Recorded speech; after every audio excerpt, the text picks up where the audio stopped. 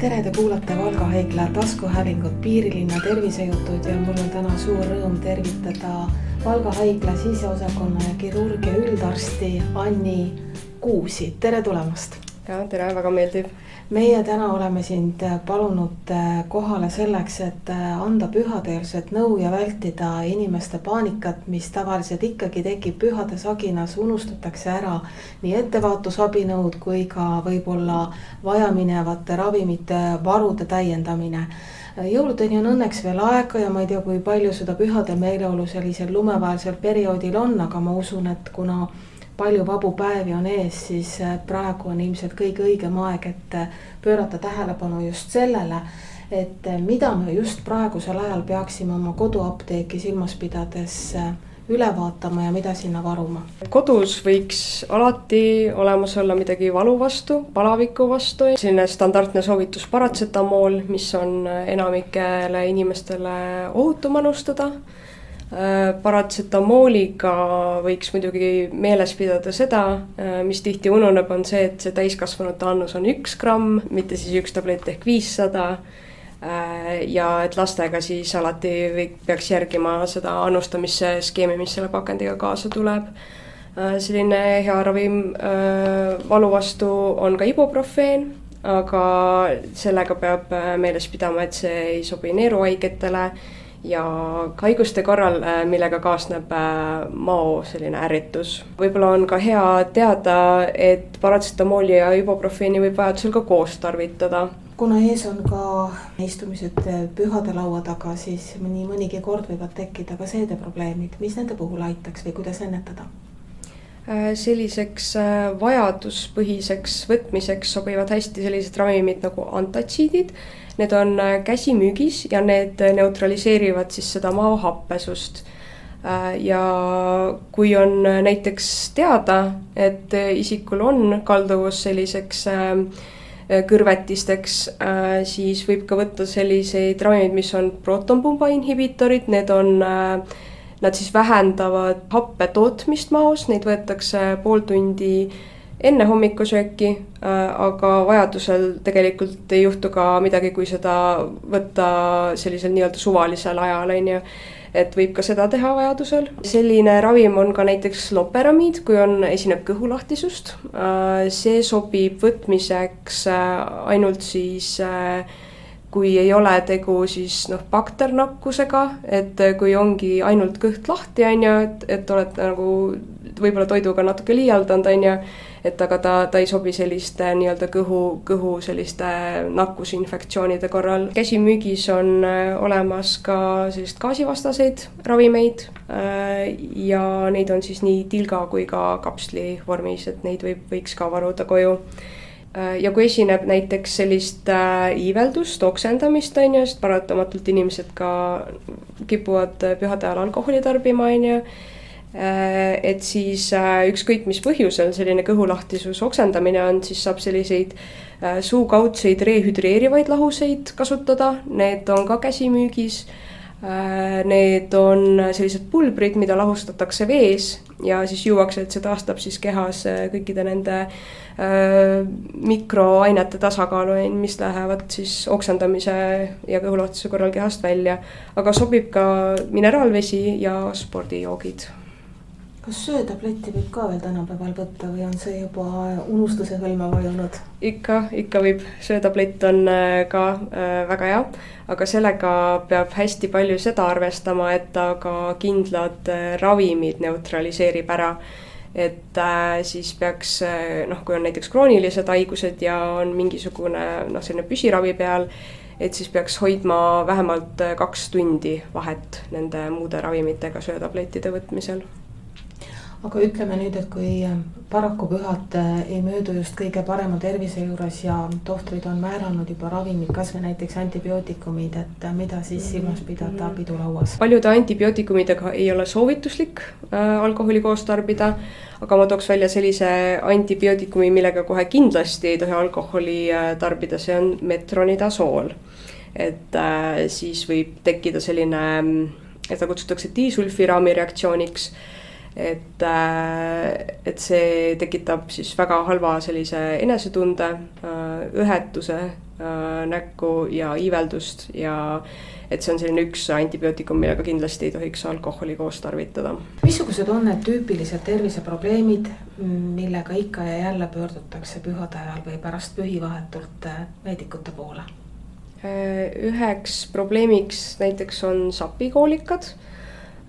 Sapikoolikad siis tekivad, kui tarvitatakse sellist rasvast toitu, sellist rasket toitu ja kui inimesel on mingisugused sapikivid on ju, tihti muidugi inimesed nagu niisama ei tea, kas neil on sapikivid või ei ole, aga et kui tekib niimoodi parema roidekaare alla selline tugev selline hootine valu, siis võib see olla sapikivi, seda ägendab selline rasvane toit. Sellega ei pea automaatselt pöörduma siis EMO-sse kohe, et saab rakendada valuravi ja rasvast toitu vähendada, aga kui valu kestab üle 6 tunni, mis tekib selline nahakollasus või palavik, et siis võib tegu olla juba selle sapipõie põletikuga, et siis tuleks EMO-sse pöörduda. Ja üks selline probleem on pankreatiit veel, mis omakorda võib ka tuleneda nendest sapikividest, kui nad selle juha siis ära ummistavad, on ju, või siis ka alkoholist. Et selline sümptomaatika on selline vöökujuline valu ülakõhus ja oksendamine. Et sellega peaks pöörduma küll EMO-sse. Ja sellised võib-olla lihtsamad probleemid, millega ka EMO-sse pöördutakse, on kõhulahtisused, toidumürgitused. Et selle osas ma saaks soovitada, et kui inimene on haige, siis nii kurb kui see ka on, et ei soovita jõulupeole minna.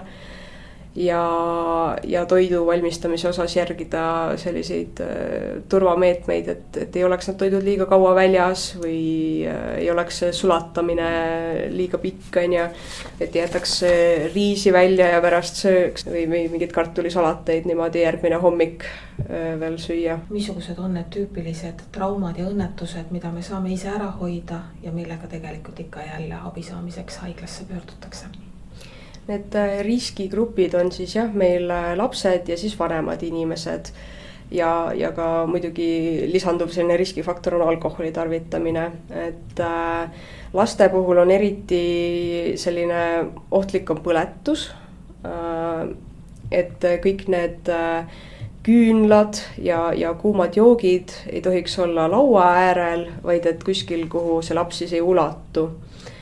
Et sealt esmaabist on väga oluline külm voolav vesi, mitte jääkülm, jahe, et 20 minutit vähemalt hoida seda piirkonda seal siis all ja tihti mida tehakse on see, et hakatakse salve peale panema või võid või hapukoort, et seda ma rõhutaks, et ei tohiks teha ja on apteegis, kui tahta midagi peale määrida või varuda endale koju, siis on sellised põletusjärgsed keelid, mida võib siis sinna peale panna. Ja põletustega ma veel rõhutaks ka seda, et väikelastel, kui on saanud nägu põletada või suguelundite piirkond või peopesad või see põletuse ulatus on siis suur, siis 5–10% olenevalt siis sellest lapse vanusest, on ju, et lihtne on arvestada, et lapse peopesa on umbes 1%, et siis tuleks ka ikkagi EMO-sse pöörduda sellega. Või kui tegu on siis sügavate põletustega, mis ei ole enam lihtsalt sellised villikesed, vaid ikka lähevad sinna sügavamale välja. Ja mis vanemaid inimesi ohustab pühade ajal on kukkumine.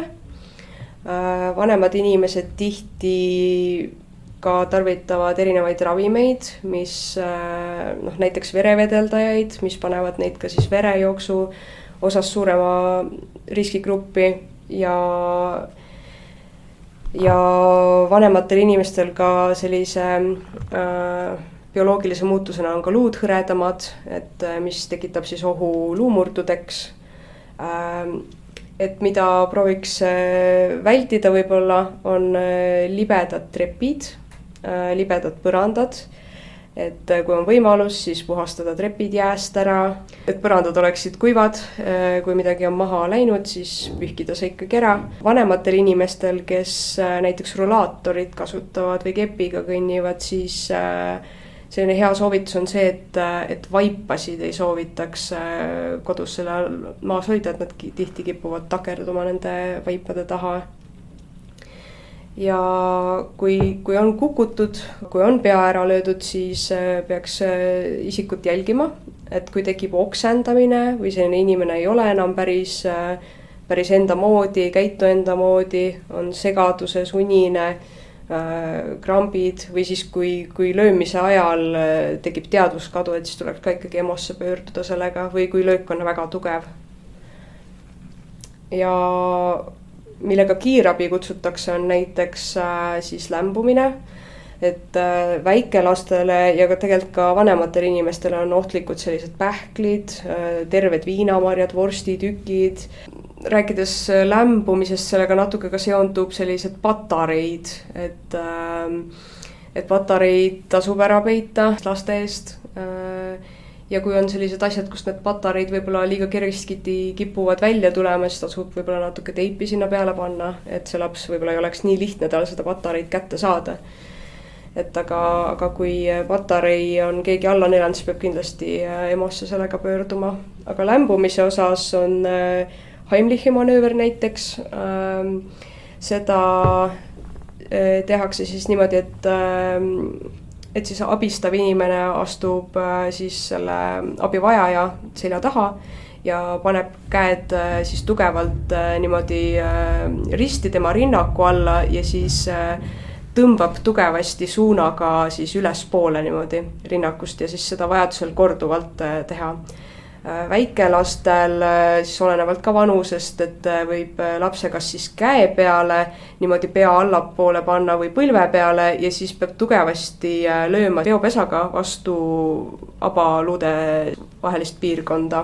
Ja kui on eriti selline kurb juhus, et te olete üksi kodus ja hakkate lämbuma, et siis selle korral võiks efektiivne olla muidugi abi kutsumine esimesel võimalusel, aga kui see ei ole võimalik, siis kui teil on kodus näiteks diivani äär, mis on selline tömbim, et ei vigasta otseselt, et siis saab selle rinnaku aluse piirkonnaga siis heita ennast või joosta vastu seda diivani äärt, et see lükkaks selle toidutüki välja sealt kurgust. Ma nüüd ei taha küll kedagi ära hirmutada, aga ma usun, et palju turvalisem on pühade ajal olla, kui me teame, kuidas ohukorral käituda, sellepärast et nii mõni kord võib siis kõik meelest minna, aga kui me oleme juba eelnevalt võtted omandanud või vähemalt ette kujutanud, kuidas kedagi päästa, siis on palju julgem ja rahulikum abi anda. Me ei ole veel rääkinud säravatest kuusehetest ja kõikvõimalikest lõikehaavadest, õnnetustest, mis samuti võivad paraku juhtuda.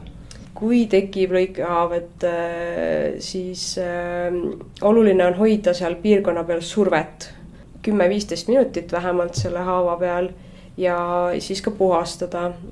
Esmalt siis voolava vee all ja siis võimalusel ka mingisuguse antiseptilise lahusega, et soovitaks koju varuda sellist antiseptilist lahust, mis ei ole alkoholi baasil, et see võiks olla ka nagu muudes olukordades. Seda saab ka apteegist. Et kodus, kui see haav ei ole sügav ja veritsus ilusti peatub selle surve tulemusel, siis saab lihtsalt selle siduda ja on hästi, aga kui tegu on siis sügava haavaga või veritsus ei jää kinni või on mingisugune tundehäire näiteks, et olete lõiganud sõrme ja siis järsku see sõrme ots on tuim ja ei saa seda liigutada, et siis sellega peaks ikkagi EMO-sse pöörduma. Me loodame, et kõik pühad mööduvad turvaliselt ja nüüd võib-olla palju enesekindlamalt, kui saame rahulikult kõik üle vaadata ja läbi mõelda. Aitäh, Anni Kuus, tänaste nõuannete eest. Mina olen Riina Järvesalu, tänan kõiki kuulajaid ja ilusat pühadootust teile.